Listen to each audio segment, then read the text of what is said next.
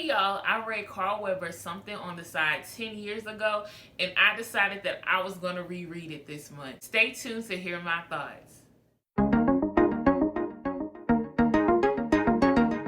Welcome back to Books with Kimberly. Don't forget to like, comment, share my channel, and subscribe. If you were to ask me in high school who was my favorite author, I would say Carl Weber. I was trying to read everything with his name on it, going to Walmart, Books A Million, checking out his books at the library.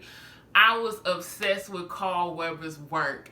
And over time, of course, I realized that there were other authors out there, and I started to kind of drift off and read other things, but still, I've always picked up a Carl Weber book because it's just so nostalgic for me. These were the first adult books that I started reading.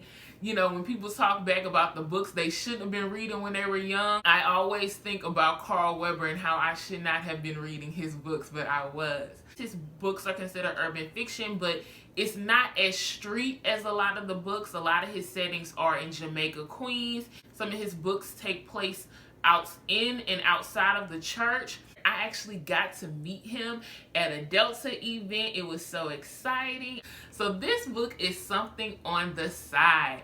I read this book years ago. I listened to it on audiobook this time, and I love the experience of hearing every character have a different voice. This book goes back and forth between the perspective of 5 characters. It is about this group of plus-size women. They have a big girls book club, and they meet up at one of their houses and discuss a Mary B. Morrison book. It's another Black author.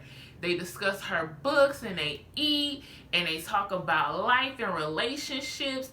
They don't really have that girlfriends relationship like the TV show Girlfriends. We really only get to see them come together for these book clubs. A couple of them kind of partner off and have their own separate friendships, but you don't get this like waiting to excel friend group or girlfriends friend group. But still, there is a lot of drama, a lot of raunchiness, honey. This book not steamy, it's raunchy because they use all the words, all the vulgar things. They talk about it, but that's okay. I'm grown now, so I don't gotta be bashful when I read it because I'm grown now. This book goes there. So I really enjoy reading a book about plus-size women. As a plus-size woman, I think it's so important that we read about Black plus-size women representation. They're owning their sexuality. Men are fawning over them. They're owning their curves. You know, some of them are trying to lose weight. Some of them are like, no, honey, this is more to love. So I definitely love the different spectrum of Black women you see. This book, Something on the Side, y'all, these women was going kind of crazy. There was a lot of cheating going on, scandals, lies, sneaking around. It was a lot of that going on. Relationships ending left and right. It was just a lot. I won't go too much into what each character was going through in their lives, but what I will say is what's interesting about reading this book 10 years later is that I was just reading this for the fun of it, for the drama, the salaciousness. Y'all know I love the messiness of a book.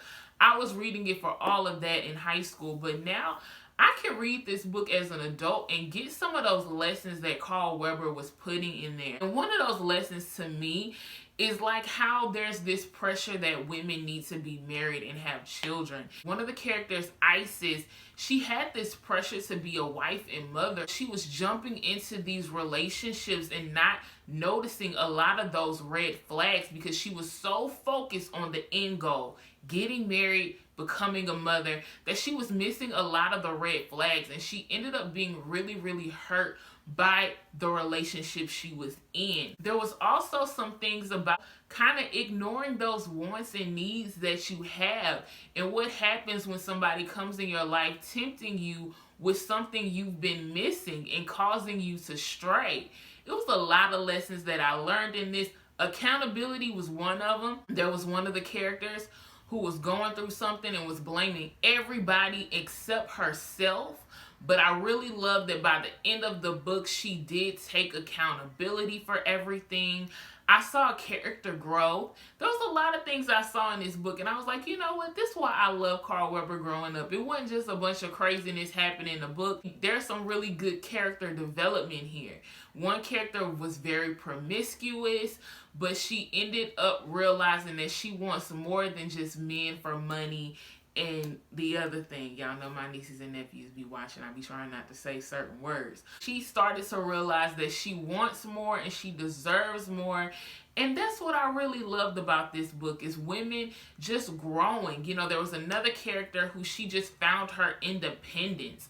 And I love that. You know, she was so dependent on one relationship. So where this partner thought like, you would be nothing without me. And she wanted to prove, yes, I can be something without you. I am somebody. I am worthy. And so it was all about the character growth in this book for me. Yes, it was a lot of spiciness and drama and messiness and a lot of me going, whoo, child, sis need to get her life together. But you know what? They did get their lives together. It may have not been the way I would have gotten it together, but it was very entertaining to read.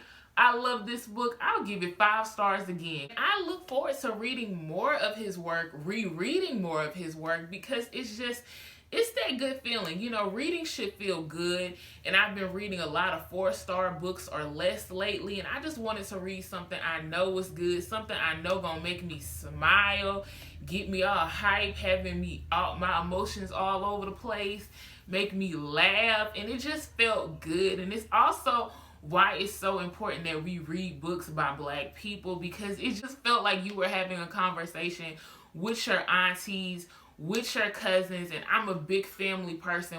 I may not know these women per se in my real life, but because I know Black women are not a monolith, and I love everything Black women, I could see these women in my day-to-day and how much fun and drama they would have me in. So I definitely want to join a big girl book club. I fit the bill, and I like to read good books too. So yes, anybody want to start that book club, like, let me know. We could start a little big girl book club. That would be fun. We could do it virtually. It could happen. So y'all, thank you again for tuning in to another Books with Kimberly video. Let me know if there are any books that you like to reread, that you read from the past, that every now and then you like to pull out, flip through, reread it just to get those old good feelings of reading it again. Let me know, y'all.